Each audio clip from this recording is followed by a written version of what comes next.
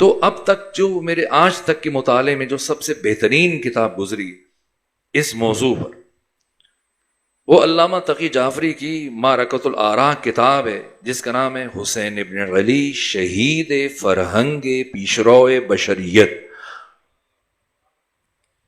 اب تک جتنا امام حسین سے متعلق لکھا گیا، شاید کسی سے متعلق اتنا کچھ نہیں لکھا گیا۔ خود میری ناچیز کی جو کتاب خانہ ہے اس میں ہزاروں کتابیں سید الشہداء سے متعلق ہیں، اور جو فہرستیں پڑھتا ہوں کچھ کتابیں جس حد تک توفیق ہوتی ہے، اب تک جو میں نے دیکھا بہترین کیا، یہ خود انہوں نے لکھی نہیں، یہ قوم میں برابر کئی سال 30 سال مسلسل سید الشہداء سے متعلق گفتگو کرتے رہے، مجالس پڑھتے رہے، محرم کے ایام میں عشر اولیٰ میں، اور 30 سالوں کی ان تقاریر کو جمع کیا گیا، آپ کے شاگردان نے مرتب کیا، اور پھر اس کتاب کا نام وہ خود خواہش کرتے تھے کہ میں خود لکھوں گا، شاگرد جمع کر رہے تھے، ساتھ ساتھ وہ کسی حد تک نظر ثانی بھی کر رہے تھے، لیکن زندگی نے ساتھ، انہیں اس عصر کا ابو علی سینہ کہا جاتا ہے۔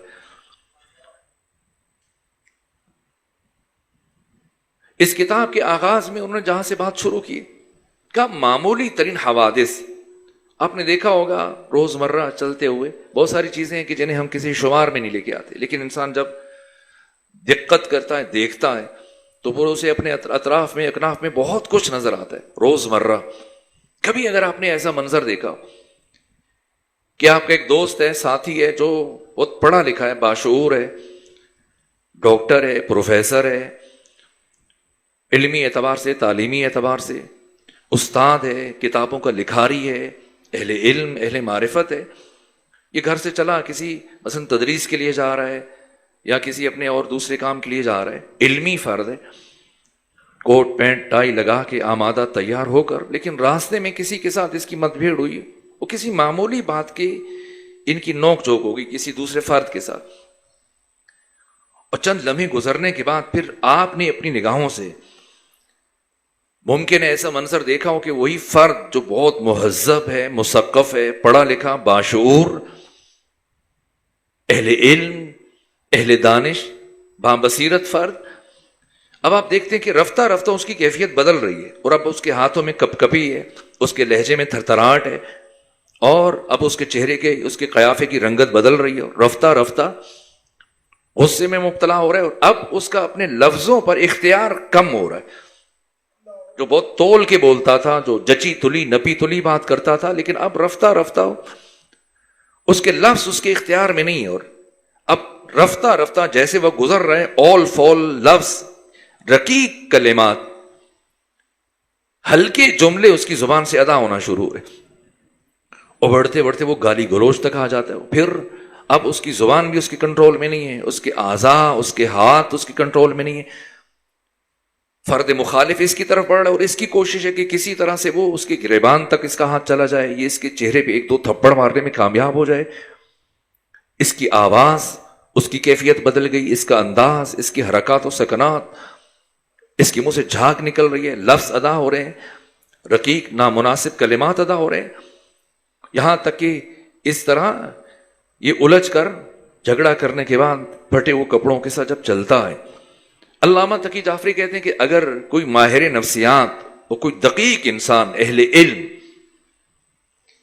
اگر وہ تجزیہ کرے، تحلیل کرے، اس ایک معمولی واقعہ ہے، آپ کئی مرتبہ آپ نے دیکھا ہوگا آپ کی نگاہوں کے سامنے اس طرح سے کہ ایک پڑھا لکھا باشعور فرد بھی ایسا کام کر جاتا ہے، وہ کہتے ہیں کہ اگر آپ اس کے عوامل اور علل اور اسباب اور اس کی وجوہات تلاش کرنا شروع کریں اور جائزہ لیں کہ بالآخر کیا ہوا، اتنا متمدن، مہذب، باشعور، سلجھا ہوا انسان اپنا اختیار کھو بیٹھا اور ہاتھ کہیں جا رہا ہے، اور کچھ نہ کچھ اس کی زبان سے، دہن سے جملے ادا ہو رہے ہیں، کہ اگر کوئی اس کا تجزیہ کرنا چاہے اور اس کے علل و اسباب اور عوامل کا جائزہ لینا چاہے تو اسے 1 سال تحقیق چاہیے۔ ایک سادہ سا واقعہ جو روزمرہ چلتے ہو ہم اپنی نگاہوں سے دیکھتے ہیں، اس چھوٹے سے واقعے کے لیے ہمیں 1 سال تحقیق چاہیے تاکہ ہم علل، اسباب، عوامل کو دریافت کر سکیں۔ تو تاریخ انسانی کا وہ واقعہ جس نے عقل بشر کو آج تک ورطہ حیرت میں ڈال رکھا ہے کہ دنیا کے عقلاء، دنیا کے دانشور، دنیا کے اہل علم اور اہل معرفت 1400 سالوں سے انگشت حیرت کو اپنے دانتوں تلے دبائے سوچ رہے ہیں یہ کربلا کیا ہے، یہ عاشورہ کیا ہے، اس کی دقتوں اور گہرائیوں کو کیسے درک کیا جا سکتا ہے، کیسے سمجھا جا سکتا ہے۔ کربلا کو سمجھنے کے لیے یہ معصوم نے فرمایا کہ عاشورہ کے 700 بطن ہیں، بطن اندر بطن۔ ایک عاشور کا ظاہر ہے، بظاہر حسین ابن علی 10 محرم روز عاشور دشمن کے لشکر کے سامنے گئے، چند گھنٹوں کی جنگ کی، لیکن اگر ہم ان کے تہ در تہ بطون کی طرف بڑھیں تو انسان حیران ہو جاتا ہے۔ کربلا کیا ہے؟ کربلا کو سمجھنے کے لیے آدم سے لے کر محمد تک تمام انبیاء کی زندگیوں کو سمجھنا ہوگا، روح دین کو درک کرنا ہوگا، تب سمجھا جا سکے کہ کربلا کیا ہے، کیوں اللہ نے نور حسین ابن علی کو منتخب کیا۔ کیا غیر از حسین ابن علی کوئی دوسری ذات یہ کام انجام دے سکتی تھی؟ یہ دین کیا ہے؟ دین غیرت خدا ہے، ناموس پروردگار ہے، تدریجاً پروردگار عقل بشر، روح بشر، فکر بشر، ضمیر بشر، وجدان بشر کو تدریجاً اوج، عروج، معراج، رفعت، بلندی کی جانب لے کے جاتا رہا۔ انبیاء تدریجاً انسان کی عقل و فکر میں، نشو و نما اور اس کی بالیدگی میں اپنا کردار ادا کرتے رہے، اور ختمی مرتبہ کے عہد تک پھر یہ نظام بامی عروج تک پہنچا، لیکن پیغمبر نے بھی تدریجاً ان امور کو آگے بڑھایا۔ مکہ میں 2/3 قرآن حکیم کا حصہ مکہ میں نازل ہوا، 1/3 مدینہ میں نازل ہوا، اور مکہ میں جو صورتیں نازل ہوئی آپ کے علم میں، جو جتنی چھوٹی صورتیں ہیں یہ زیادہ مکہ میں نازل ہوئی 99%، اور جتنے اصول اور جہاں جہنبینی کا تعین ہو رہا ہے، آئیڈیالوجی کا تعین ہو رہا ہے، افکار عقیدے کی بات ہو رہی ہے، یہ مکہ میں نازل ہوئی۔ آیات الاحکام جیسے سورہ بقرہ وغیرہ جن میں جزیات کا تعین کیا گیا، یہ جا کے مدینہ میں نازل ہوئی۔ 1/3 قرآن کا تیسرا حصہ ان 10 سالوں میں نازل ہوا، 2 حصے قرآن مجید کے یہ مکہ میں نازل ہوئے، ابتدائی 3 سالوں میں کم، بعد کے 10 سالوں میں زیادہ۔ اب وقت نہیں کہ میں ان احکامات کو بیان کروں، یہاں تک کہ نماز بہرحال مکہ میں واجب ہوگی، اور مدینہ پہنچنے کے پہلے سال میں یہ جو 10 رکعتیں تھیں مکہ میں، ان میں مزید 7 کا اضافہ کیا گیا۔ ایک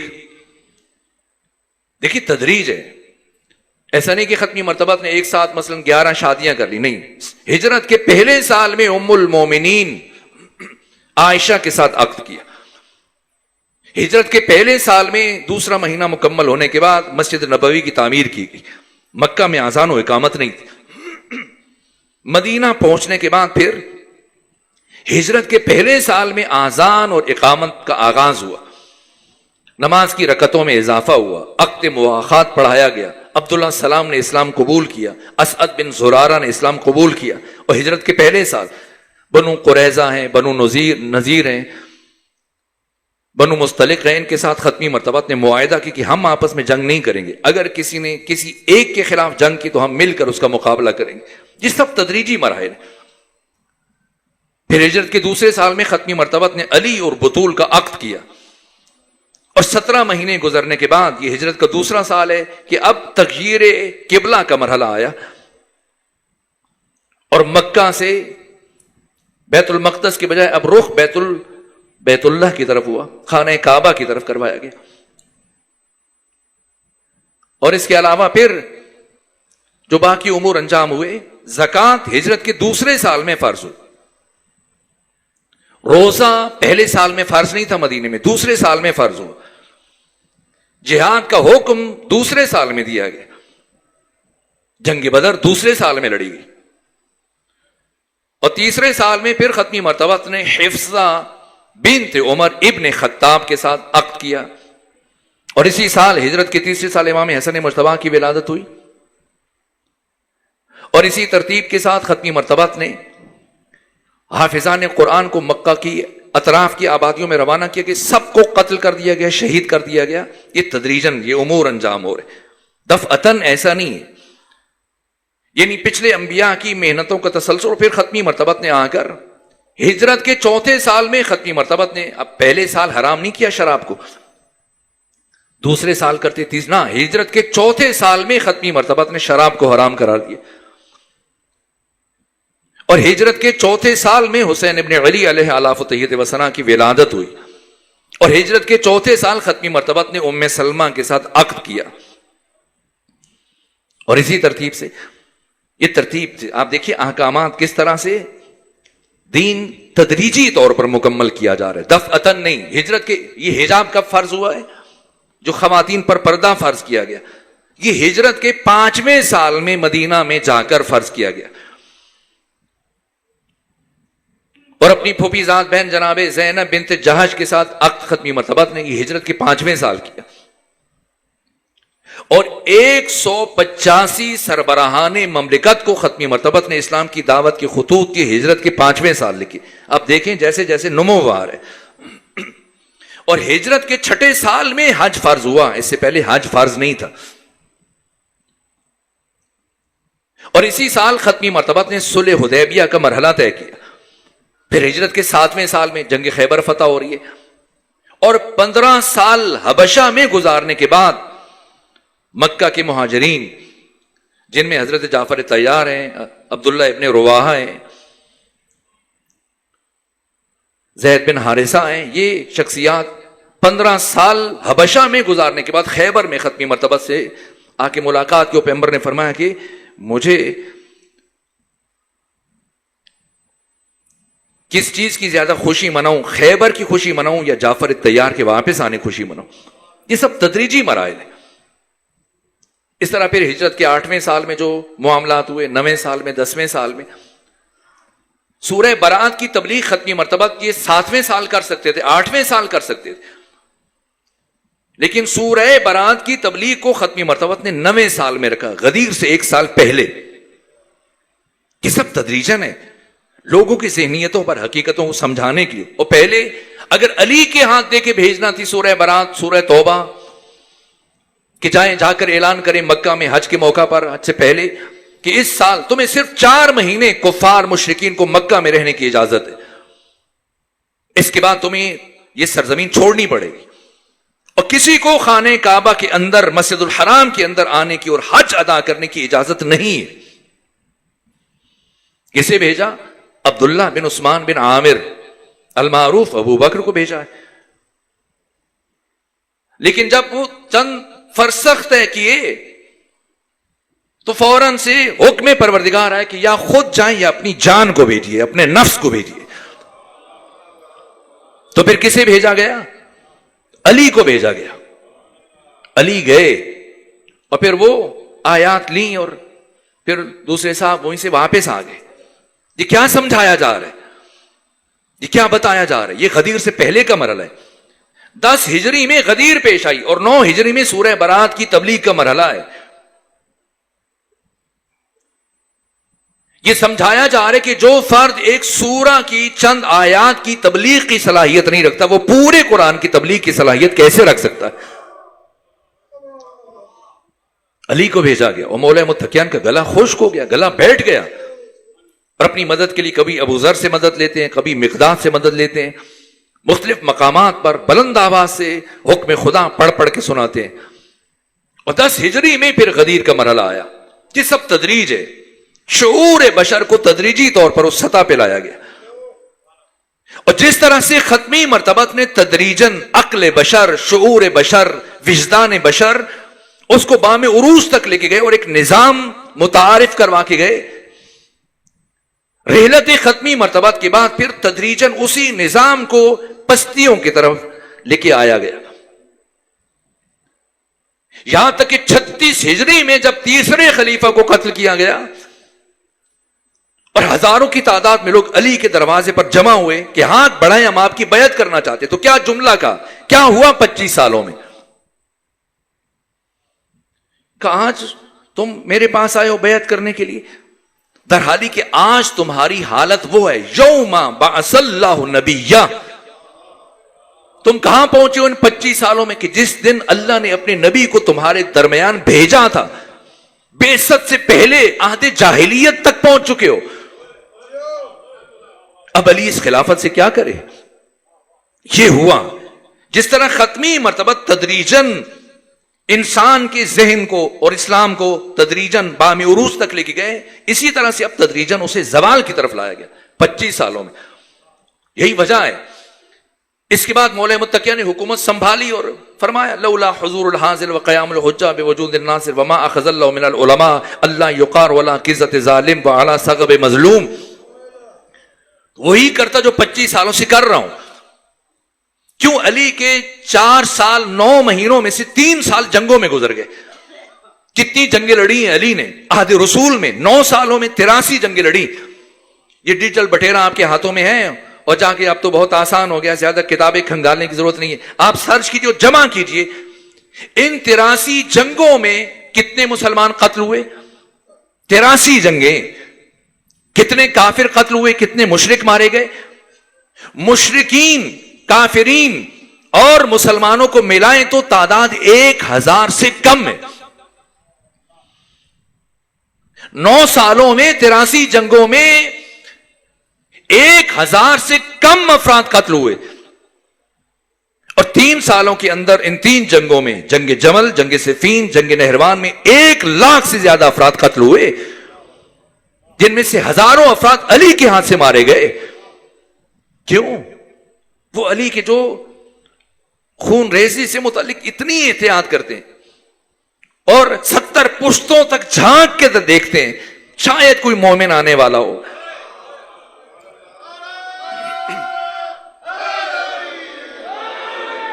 لیے کہ حسین ابن علی کو کہنا پڑا وعلی الاسلام السلام. اب اسلام پر سلام پھیر دیا جائے. روح اسلام کو نابود کر دیا گیا. میں ہمیشہ مجھے افسوس رہا ہوں، میں کبھی بھی اس طرح جیسے میری خواہش تھی جو میں نے پڑھا ہے تاریخ میں، معتبر ترین تواریخ. عجیب یہ ہے کہ اہل تشیع علماء نے تاریخ میں بہت کم کام کیا. جتنی بڑی بڑی تاریخ کی کتابیں ہیں سینکڑوں میں، یہ سب کے سب علماء اہل تسنن نے لکھی ہیں. اور انہوں نے جو بنو امیہ سے متعلق لکھا ہے میں شرمندہ ہوں، میں بیان نہیں کر سکتا، اشارے میں بھی ذکر نہیں کر سکتا کہ حاکم شام کون ہے. ابھی مسلمانوں کی اہل تشیع کی سوئی اٹکی ہوئی ہے یزید پر. یزید یزید یزید یزید اپنے آباء و اجداد سے کے مقابلے میں اگر آپ رکھ کے دیکھیں تو آپ کو بہت چھوٹا نظر آئے گا. کثافتوں میں، آلودگیوں میں، نجاستوں میں. بنو امیہ غرق اندر نجاستیں. بہت عجیب تاریخ ہے ان کثافتوں میں. اب میں ایک معمولی اشارہ دیتا ہوں آپ کو. مکہ کا گورنر ہے، اس کا نام ہے عمرو بن سعید بن عاص اشدق.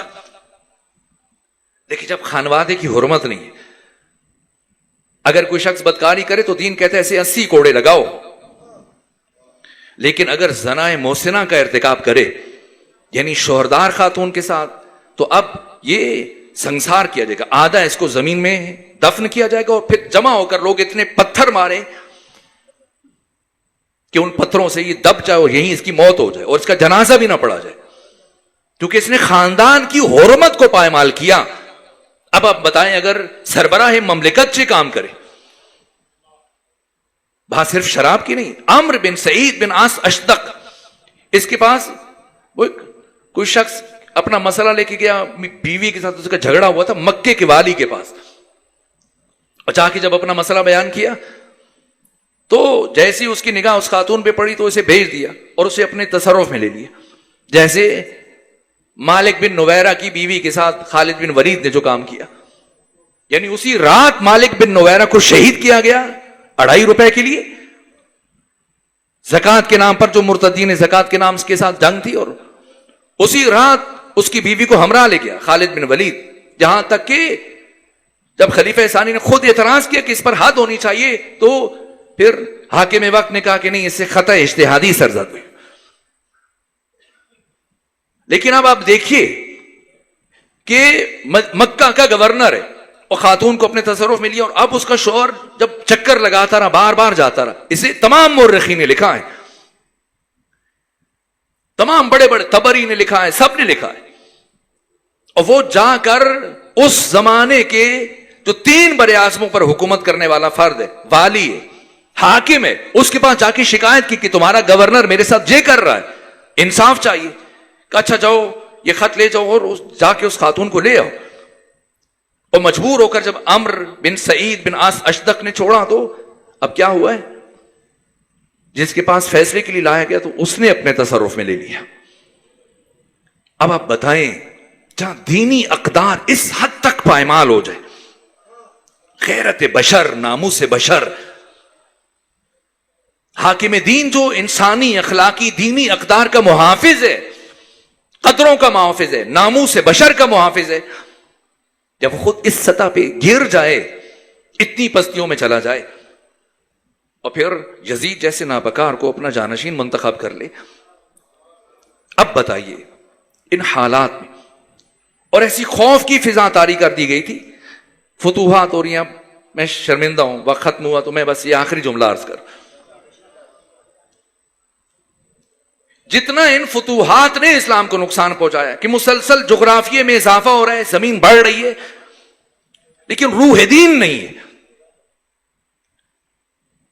اگر صرف حکومت کرنا مسئلے کا حل ہوتا تو جب ابو مسلم خراسانی نے دعوت دی امام صادق کو کیا ہے حکومت سنبھالیے, اور ابو سلمہ خلال نے جب عراق سے آ کے کہا کہ حکومت سنبھالیے, جب دین نہ ہو, انسانی اخلاقی قدریں نہ ہو, حکومت برائے حکومت کو اسلام نہیں مانتا ہے. اب حکومت میں وسعت آ رہی ہے, عرص اسلامی میں اضافہ ہو رہا ہے, لیکن روح اسلام نابود ہوتی جا رہی ہے. حتیٰ خود مدینہ زیر اثر ہے, مکہ زیر اثر ہے, اسلامی سرزمین زیر اثر ہے. یوں احکام کی پائمالی کی جا رہی ہے. میں نے حاکم کی ایک مثال دی آپ کے سامنے, اس زمانے کے حالات کو, بچوں کی اتنی تفصیل کے ساتھ پھر خطباء کے پاس اتنا وقت نہیں ہوتا کہ ان جزیات کو بیان کرے. ہر حلال کو حرام قرار دے دیا گیا اور ہر حرام حلال قرار دیا جانے لگ گیا. واجب کو حرام سمجھ کر ترک کیا جا رہا تھا, حرام کو واجب سمجھ کر عمل کیا جا رہا تھا. ان حالات میں ایک خوف اور ڈر کی فضا تھی جن میں انسان سے قوت فیصلہ سلب ہو چکی تھی. جتنے افراد تھے اکثریت وہ اسی رنگ میں رنگ گئے تھے, اور جو کچھ بچے تھے وہ کہہ رہے تھے ان حالات میں کیا کیا جا سکتا ہے, کچھ بھی تو نہیں کیا جا سکتا. ان حالات میں حسین ابن علی وہ شخصیت خود کو بچا سکتے تھے, نہیں بچا سکتے تھے. اپنے گھر والوں کو, اپنے چند چاہنے والوں کو, اپنے چند محبوں کو, مخدرات عصمت و طہارت کو, بنو ہاشم کے افراد کو لے کر ہندوستان چلے جاتے. عبداللہ ابن عباس نے مشورہ دیا, قبیلے بنو ثقیف کے پہاڑی علاقوں میں پناہ گزین ہو جاتے, جیسا عبداللہ ابن عمر نے مشورہ دیا, یہ جگہ بدلتے رہیں آپ کو کوئی گرفتار نہیں کر پائے گا. محمد حنفیہ نے مشورہ دیا کہ آپ یمن چلے جائیے, آپ کے چاہنے والے ہیں, آپ کو نقصان نہیں پہنچے گا. حسین ابن علی کہیں پر بھی جا کر زندگی گزار سکتے تھے اور اپنے عزیزوں کی جان بچا سکتے تھے, مخدرات عصمت و طہارت کا حجاب بھی بچا سکتے تھے. تو پھر یمن کیوں نہیں گئے, ہندوستان کیوں نہیں گئے, بنی ثقیف کے پہاڑی علاقوں میں پناہ گزین کیوں نہیں ہوئے, کیوں عراق گئے, کیوں کربلا کا انتخاب کیا؟ اور اگر کربلا جانا ہے تو پہلے پھر مکہ کا انتخاب کیوں کیا آپ نے؟ جب مدینہ میں آپ سے پوچھا گیا فرزند رسول کہاں جا رہے ہیں تو فرماتے میں مکہ جا رہا ہوں. 4 مہینے 5 دن تو مکہ میں رکے, تو فرماتے مکہ جا رہا ہوں. فرمایا نہیں میں عراق جا رہا ہوں. عراق کا نام سنا جناب ام سلمہ تڑپ کر رہ گئی, تو عراق کی بات کیوں کی؟ اور اگر عراق جانا ہے تو پھر 4 مہینے 5 دن مکہ میں کیوں گزارے حسین ابن علی نے؟ وقت نہیں ہے, بس میں اشارہ دے دیتا ہوں. یہ 4 مہینے 5 دن حج سے بہت پہلے چلے گئے, اور مینا کے مقام پر سب سے بڑا خیمہ حسین ابن علی نے نصب کیا. 25 حج کیے اپنی زندگی میں امام حسین نے. اپنے 11 سالہ عہد امامت سے پہلے کسی سال جاتے تھے, وہ کسی سال نہیں جاتے تھے, لیکن 11 سالوں میں امام حسین ایک حج نہیں چھوڑا, ہر سال حج کے لیے جاتے, اور حج سے پہلے تشریف لے کر جاتے, اور حج مکمل ہونے کے بعد بھی کافی دن مکہ میں قیام کرتے. کیوں کہ 3 بر اعظموں میں 9.5 کروڑ مسلمان زندگی گزار رہے ہیں، اور 9.5 کروڑ مسلمانوں کی نمائندگی ان 3 بر اعظموں سے، شہروں سے، دیہاتوں سے سمٹ کر حج کے موقع پر مکہ میں جمع ہوتی۔ تو حسین ابن علی ان وفود سے، اپنے قبیلوں کے سرداروں سے، بزرگان سے، خواص سے، چنیدہ منتخب افراد سے ملاقاتیں کرتے، آدھی آدھی رات تک حسین ابن علی بیٹھ کر گفتگو کرتے ہیں، ملاقات کرتے۔ کیوں کہ اہل افراد کا انتخاب کریں، کچھ موتی چن لیں، کچھ ایسے پھول تلاش کریں جنہیں ملا کر حسین اس کثیف ترین ماحول میں ایک ایسا گلدستہ مرتب کر کے چلے جائیں جس کی خوشبو رہتی دنیا اور بہتے پانی تک باقی رہ سکے، کربلا کو سرمدی بنانے کی۔ اس لیے پھر 8 ذی الحج کو حسین ابن علی مکہ چھوڑ رہے۔ یہ عجیب وقت ہے، بہت ساری باتیں ہیں، شرمندہ ہوں کہ اب اس سے زیادہ آپ کو زحمت نہیں دے رہا۔ اور خود جانے سے پہلے حسین ابن علی نے جس شخصیت کو کوفہ میں بھیجا ہے، اس شخصیت کا نام مسلم ابن عقیل ہے۔ کسی اور کو کیوں نہیں بھیجا ہے؟ 2 شخصیات ہیں جن سے متعلق سید الشہداء نے تأمل کیا کوفہ بھیجنے کے لیے، عباس کو بھیجوں یا مسلم ابن عقیل کو بھیجوں؟ مقام میں، رتبے میں، علم، معرفت میں یہ دونوں شخصیتیں برابری کی منزل پر ہیں۔ 52 سال سن ہے جناب حضرت مسلم ابن عقیل کا، جلیل القدر شخصیت ہے کہ ختمی مرتبت نے آپ سے متعلق فرمایا تھا جناب عقیل کے لیے، مولا متقیان نے اس حدیث کو بیان کیا، اور جناب مامقانی نے تنقیح المقال کی 3 جلد کے صفحہ نمبر 214 پر اس حدیث کو ذکر کیا کہ ختمی مرتبت فرماتے انی احب العقیل حبین، میں عقیل کے ساتھ 2 وجوہات کی بنا پر محبت کرتا ہوں، ایک ابو طالب کا بیٹا ہے، دوسرا خود اس لائق ہے۔ اور پھر گریہ کرنا شروع کیا، اور علی فرماتے ہیں میں نے استفسار کیا یا رسول اللہ کیوں گریہ فرما رہے؟ کہ اسی عقیل کا بیٹا مسلم آپ کے بیٹے حسین پر قربان ہو جائے گا۔ اور پھر جو جملہ کا ہے یہ آپ درج کر لیجئے، ذہن محفوظ کیجئے اور جا کے حوالہ دیکھیے کہ پیغمبر اسلام کیا فرما رہے ہیں۔ تنقیح المقال کی 3 جلد کے صفحہ نمبر 214 پر پیغمبر اسلام کی اس حدیث کو کہ قیامت تک آنے والے مومنین مسلم ابن عقیل کی شہادت پر گریہ کیا کریں گے، اور آسمان کے مقرب ترین فرشتے مسلم ابن عقیل پر درود بھیجتے ہیں۔ یہ شرف ہے، یہ مقام ہے مسلم ابن عقیل کا، جنہیں حسین علیہ آلاف و تحید وسلام نے منتخب کیا، اور آپ کو روانہ کرتے ہوئے جو خط تحریر کیا اہل کوفہ کے نام 18,000 خطوط ہیں، اور ہر خط پر کئی دستخط ہیں، کئی نام ہیں، اگر جمع کیا جائے تو بہت تعداد بڑھ جاتی ہے۔ اور جو شخصیات یہ خطوط لے کر آئی ہیں، قیس ابن مسہر سیداوی، سعید ابن عبداللہ حنفی، جو خود برجستہ ترین شخصیتیں ہیں، لیکن حسین ابن علی کیا کہہ رہے ہیں؟ 15 رمضان المبارک کو جناب مسلم ابن عقیل کو روانہ کیا ہے مکہ سے، اور فرمایا مسلم پہلے مدینہ جائیں، میرے یہ کچھ کام باقی ہیں انجام دے کر پھر مدینہ سے کوفہ کی طرف جائیں۔ اور اتنی بڑی شخصیت ہے کہ قیس ابن مسہر سیداوی سے کہا کہ آپ میرے مسلم کے آگے آگے چلنا، سعید بن عبداللہ حنفی سے کہا کہ آپ میرے مسلم کے پیچھے پیچھے چلنا، اور اس شخصیت کا دفاع کرنا۔ اور پھر 5 شوال کو جناب مسلم ابن عقیل کوفہ میں پہنچے، 2 مہینے 4 دن آپ نے کوفہ میں گزارے، 18,000 خطوط ہیں، اتنی برجستہ ترین شخصیات جناب مسلم کو اپنے ہمراہ لے کر گئیں، لیکن حسین ابن علی نے 18,000 افراد کی خطوط اور دستخط کو اہمیت نہیں دی۔ کیا لکھا خط میں؟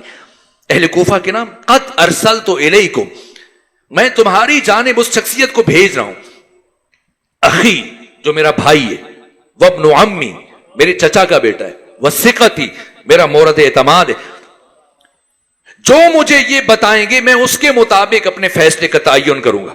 یعنی پوری کربلا، میں شرمندہ ہوں کہ میں ٹھیک سے طبیعت کی ناسازی کے سبب سے وہ حقائق بیان نہیں کر سکا، یہ کربلا جو تاریخ انسانی کا محیر العقول واقعہ کہ عقل بشر حیران ہے اور اس کی وسعتوں کا قیامت تک جائزہ نہیں لیا جا سکتا، ساری کربلا مسلم ابن عقیل کی ایک ہاں اور ایک نہ پر کھڑی ہے۔ 18,000 افراد کی اہمیت نہیں ہے، ان دستخطوں کی اہمیت نہیں ہے، کسی دوسری شخصیت کی اہمیت نہیں ہے. اگر مسلم کہیں آ جائیں تو حسین فرما رہے ہیں میں آ جاؤں گا. یہ اہل کوفہ کو بتا رہے ہیں. یہ مسلم ابن عقیل جو زندگی میں اکثر جب گفتگو کرتے تھے تو آپ کی گفتگو آیات قرآن پر مشتمل ہوتی تھی. وہ مسلم جن کی ساری نسل قربان ہو گئی حسین ابن علی پر. 4 بیٹے ہیں، 2 بیٹیاں ہیں. 2 بیٹے روز عاشور شہید ہوئے. ایک جناب عبداللہ جن کی عمر 28 سال تھی، دوسرے جناب عبید اللہ جن کی عمر 27 سال تھی. کربلا کے 72 شہیدوں میں سے یہ 2 شخصیتیں روز عاشور شہید ہوئے. اور 2 بیٹے جو 1 سال اسیری کے بعد شہید ہوئے، جنہیں حارث ملعون نے شہید کیا. ایک محمد جن کی عمر 8 سال تھی اور ایک ابراہیم جن کی عمر 7 سال تھی. 4 بیٹے 2 بیٹیاں، ایک جناب حمیدہ اور دوسری جناب عاتقہ. جناب حمیدہ کب شہید ہوئی؟ جناب عاتقہ شام غریبہ جب گھوڑوں کی اس طرح سے ٹاپوں کے نیچے پائمال ہو گئی. ایک بچی بچی. اس بچی کی شہادت کب ہوئی ہے؟ 12 محرم کو. 12 محرم 1 مہینہ 3 دن گزر گیا. جناب مسلم ابن عقیل کی لاش کوفہ کے دروازے پر آویزہ ہے. سر کاٹ کر یزید کے پاس بھجوا دیا گیا، لاش کو آویزہ کیا گیا. اور جیسے ہی جناب مسلم ابن عقیل کی لاش پر ثانیہ زہرا کی نگاہ پڑی، تڑپ گئی. امام سجاد کی طرف دیکھ کر پوچھنے لگی بیٹا سجاد کیا کوفہ میں مردے دفنانے کا رواج ختم ہو گیا؟ اور جو دوسرا جملہ ارشاد فرمایا کہ بیٹا سجاد کوشش کرو کہ مسلم ابن عقیل کی بیٹی عاتقہ کی نگاہ اپنے بابا کی قامت پر نہ پڑے، اس لیے کہ مبادا اپنے بابا کے لباس سے بابا کو پہچان لے اور یہ بچی تحمل نہیں کر پائے گی. اہل بیت کی کوشش تھی کہ یہ بچی اپنے بابا کو نہ دیکھے، لیکن جب جناب عاتقہ کی نگاہ پڑی، اس طرح سے اپنے بابا کا لاشیں بے سر شہر کے دروازے پر آویزہ دیکھا، وہی چیخ ماری، وہی شہادت ہوئی. 4 بیٹے 2 بیٹیاں، نسل ختم ہو گئی. جناب رقیہ جو امیر المومنین کی بیٹی ہیں، یہ سفر طے کیا، تاریخ انسانی کا مشکل ترین سفر. پھر سال شام میں قید رہی. پھر جب واپس آئی تو 3 شخصیات ہیں جن کے گھروں کو جلا دیا تھا مدینے کے گورنر نے. ایک آقا حسین ابن علی کے گھر کو نظر آتش کر دیا گیا تھا، ایک کربلا کی فوج کے علمبردار حضرت عباس کے گھر کو نظر آتش کیا گیا تھا، اور تیسرے جناب مسلم ابن عقیل کے گھر کو نظر آتش کر دیا گیا. اب شوہر کربلا میں پہلے کوفہ میں شہید ہوئے جناب مسلم ابن عقیل. 4 بیٹے شہید ہو گئے، 2 بیٹیاں شہید ہو گئی. جناب رقیہ کی مسلم ابن عقیل کی ساری نسل ختم ہو گئی. اور پھر جب واپس آئیں، اب اپنا گھر تو جلا ہوا ہے. امام سجاد نے فرمایا کہ میں آپ کے لیے نیا گھر تعمیر کروا دیتا ہوں. تو فرمایا کہ نہیں اب مجھے گھر نہیں چاہیے. کچھ دن جناب ام سلمہ کے گھر رک جاتی ہیں، کچھ دن جناب ثانیہ زہرا کے یہاں ٹھہر جاتی ہیں. 9 مہینے زندہ رہی. اس کے بعد بی بی کی شہادت ہو گئی جناب رقیہ کی. اور ان 9 مہینوں میں نہ کبھی مسلم ابن عقیل پر گریہ کیا، نہ کبھی اپنے 4 بیٹوں پر گریہ کیا، نہ کبھی اپنی 2 بیٹیوں پر گریہ کیا. جب بھی گریہ کرتی تھی یہی کہتی تھی ہائے حسین. وہ بی بی جس نے روز عاشور حسین ابن علی کے ذوالجناح کو اپنے ہاتھ سے آمادہ کیا. آئیں جناب رقیہ کو پرسہ پیش کریں جناب مسلم ابن عقیل کی شہادت کا. دختر امیر المومنین جب حسین ابن علی اپنی خواہر گرامی زینب ابن علی سے ملاقات کر رہے تھے، جب آئے تو دیکھا آپ کا ذوالجناح آمادہ ہے، زین مرتب ہے، تیار ہے. پوچھا یہ کس نے تیار کی؟ بتایا گیا یہ جناب رقیہ نے تیار کی. خواہر گرامی حضرت ابو الفضل عباس نے کہا بہن رقیہ آپ نے کیوں کر یہ تیار کیا میرے ذوالجناح کو؟ کیسے خیال آیا؟ کہا کہ رات مجھے خلوت میں میرے بھائی عباس نے کہا تھا کہ کل ہم مردوں میں سے کوئی زندہ نہیں رہے گا، آپ نے ہمارے آقا کے لیے ان کے فرس باوفا کو آمادہ کرنا ہے، تیار کرنا ہے. یہ آپ گریہ کر رہے ہیں. بس میرے عزیزوں میں آخری جملے عرض کروں، سن کر گریہ کر رہے ہیں یہاں تک کہ وہ وادی تنعیم سے، بس میں آخری جملے عرض کروں، وادی تنعیم سے جب سید الشہداء کی سواری ایک منزل آگے طے کرنے کی ہے تو کیفیت بدل گئی. آپ کے پاؤں رکاب سے نکل گئے، یہاں تک کہ رکاب اس طرح سے آپ کے ہاتھوں سے چھوٹ گئی ہے اور پھر اس طرح سے اس کی جو گھوڑے کی باگیں آپ کے ہاتھ سے چھوٹ گئی ہیں اور سر سے امامہ کھل کر گلے میں آ گیا. اور حسین ابن علی یوں زار زار گریاں کر رہے ہیں کہ آپ کی داڑھی آنسوں سے بھیگ گئی. یہاں تک کہ باقی افراد جو آس پاس تھے کسی میں جرت نہیں ہو رہی تھی کہ آگے بڑھ کے آقا سے پوچھے کہ کیا ہوا ہے. اور جب ثانی زہرا کی نگاہ پڑی تڑپ گئی. اپنے بھائی جناب عباس سے کہا کہ آقا سے پوچھیں کیا وجہ ہے, بھیا حسین سے پوچھیں کیوں زار زار گریاں کر رہے ہیں. اور جب جناب عباس آگے بڑھے پوچھا آقا حسین کیا ہوا. اب آواز اتنی رند گئی تھی گریے کے سبب سے کہ بتایا نہیں گیا. فرمایا عباس میری ان 2 انگلیوں کے درمیان دیکھ لیجیے.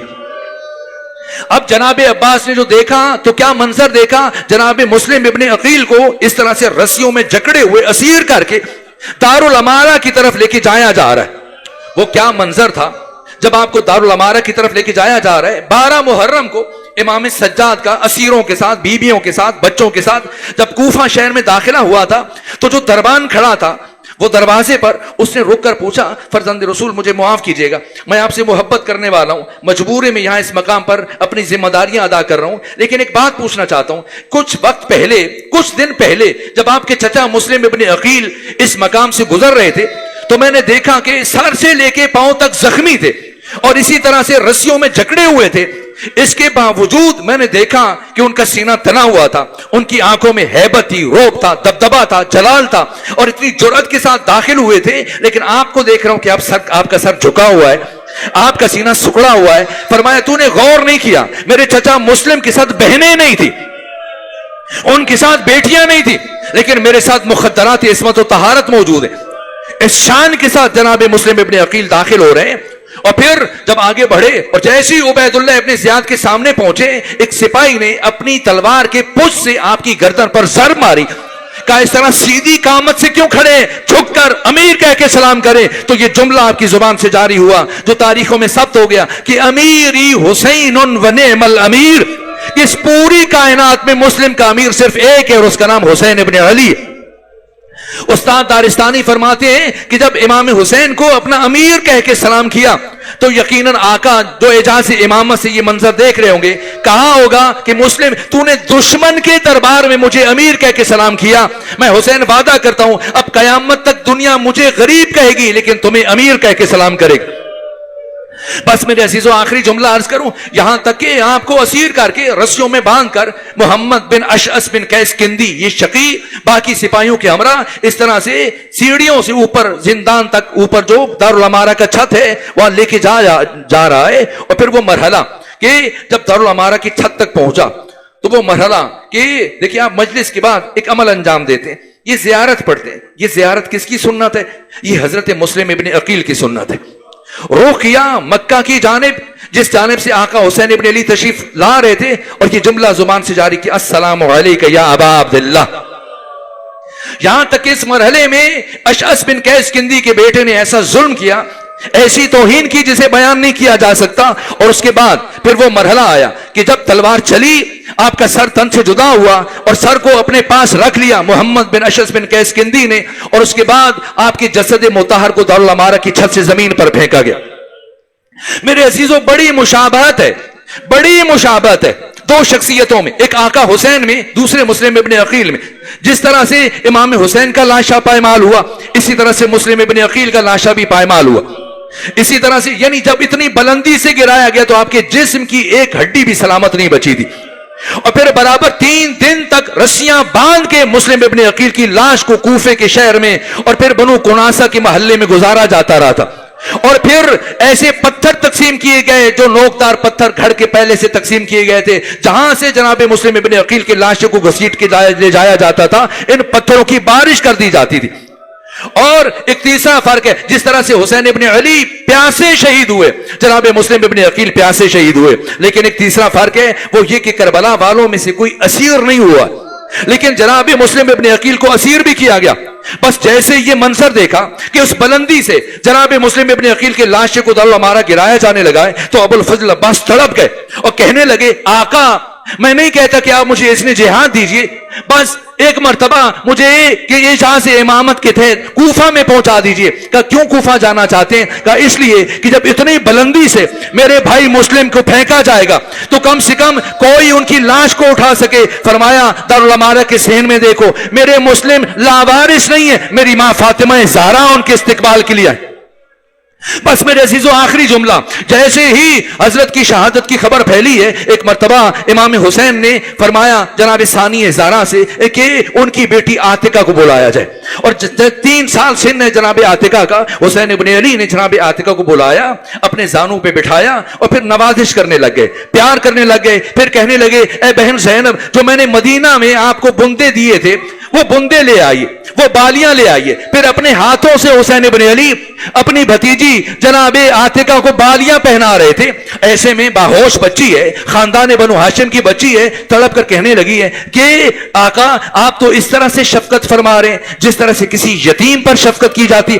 فرمایا ہاں بیٹا آپ یتیم ہو گئی، آج میں حسین آپ کا بابا ہوں، بس اور کچھ نہیں عرض کروں گا۔ یہ سارا منظر حسین ابن علی کی بیٹی سکینہ دیکھ رہی تھی۔ سکینہ بنت الحسین نے یہ منظر دیکھا، جب کوئی بچی یتیم ہو جاتی ہے تو اسے نوازش کی جاتی ہے، اس سے پیار کیا جاتا ہے، اسے بالیاں اور بندے پہنائے جاتے ہیں۔ لیکن روز عاشور جب جناب سکینہ یتیم ہوئی ہیں، آپ کو بالیاں تو نہیں پہنائی گئی، جو بالیاں آپ کے بابا نے پہنائی گئی تھی انہیں نوش دیا گیا۔ الا لعنت اللہ علی القوم الظالمین وسیعلم الذین ظلموا ای منقلب ینقلبون۔